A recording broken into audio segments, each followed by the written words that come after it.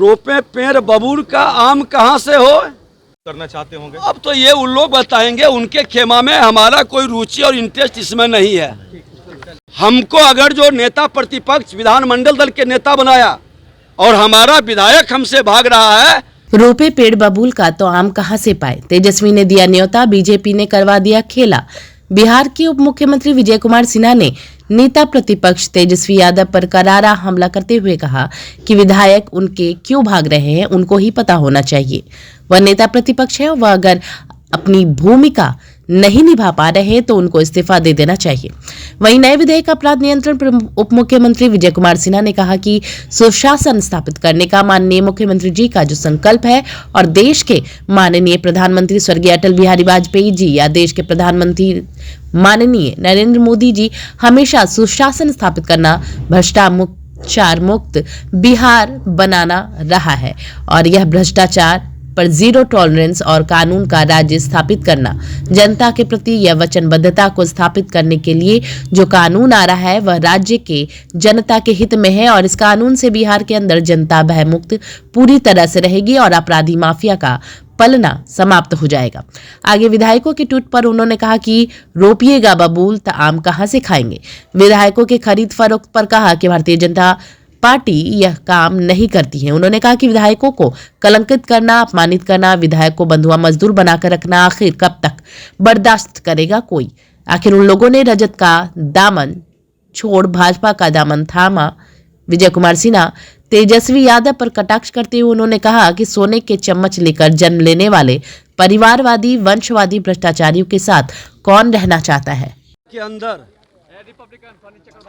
सुशासन स्थापित करने का माननीय मुख्यमंत्री जी का जो संकल्प है और देश के माननीय प्रधानमंत्री जी श्रद्धेय अटल बिहारी वाजपेयी जी या देश के प्रधानमंत्री माननीय नरेंद्र मोदी जी हमेशा सुशासन स्थापित करना, भ्रष्टाचार मुक्त बिहार बनाना, ये संकल्प को मुख्यमंत्री जी भी भ्रष्टाचार पर जीरो टॉलरेंस और कानून का राज स्थापित करने का, जनता के प्रति ये वचनबद्धता को स्थापित करने के लिए जो कानून आ रहा है यह राज्य की जनताओं के हित में है और इस कानून से बिहार के अंदर जनता भय मुक्त पूरी तरह से रहेगी और अपराधी माफियाओं का बोलबाला समाप्त होगा। सर, विधायक को लेकर के बात राबड़ी देवी ने हमला बुलाया, कहा है कि 10-10 करोड़ में बेचा गया है। जो विधायक पार्टी छोड़ के उनको जाना चाहिए, वो बेशर्म है, लेने वाले भी बेशर्म है।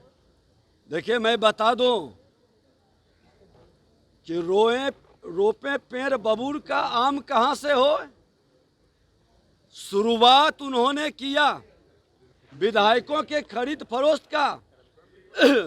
भारतीय जनता पार्टी यह काम नहीं करती है, लेकिन विधायिका को कलंकित करना, अपमानित करना, विधायिका को बंधुआ मजदूर बना के रखना और सोने के चम्मच लेकर जन्म लेने वाले जो परिवारवादी वंशवादी भ्रष्टाचारी जिस तरह के सदन के अंदर जिम्मेवारी का निर्वहन नहीं करना, ये सारे वातावरण आज विधायकों को कहीं न कहीं भयभीत कर रहा है। उसे महसूस हो रहा है कि उस डूबते हुए नाव पर बैठे रहने से हम लोग डूब जाएंगे, हम सुरक्षित स्थान वो लोग खोज रहे हैं।